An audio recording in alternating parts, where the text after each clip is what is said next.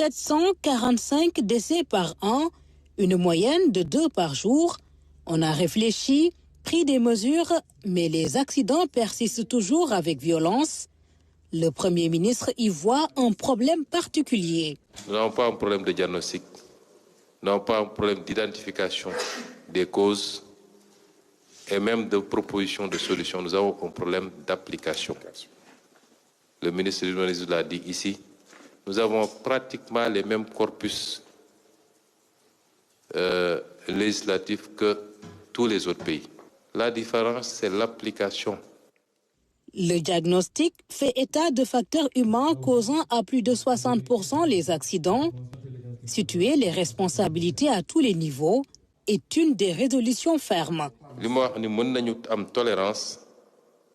J'ai dit qu'on peut avoir une certaine tolérance pour le moment sur les questions liées aux emplois de masse, tout en l'encadrant.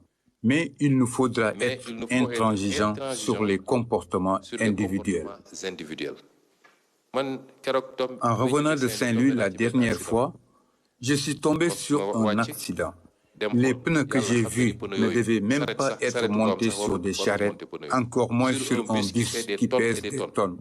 Comment ce bus a-t-il obtenu la visite technique? Comment a-t-il passé le contrôle routier? Le réflexe devait être de remonter son trajet pour voir tout ce qui était préposé à la sécurité routière et situer les responsabilités, voir aussi où il a effectué la visite technique. La notation des services doit dépendre de ça. 22 mesures avaient été édictées au lendemain de l'accident de 6 kilos.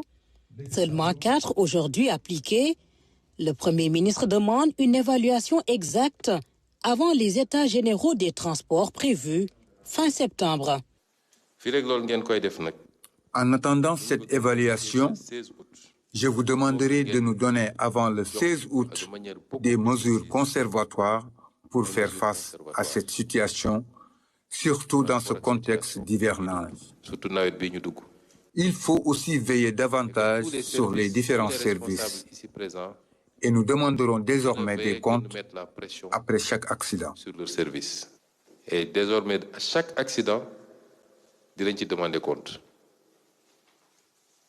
Chaque accident. Le comité interministériel est transversal avec des compétences diverses sur la sécurité routière. Une autre approche pour venir à bout d'un fléau très tenace.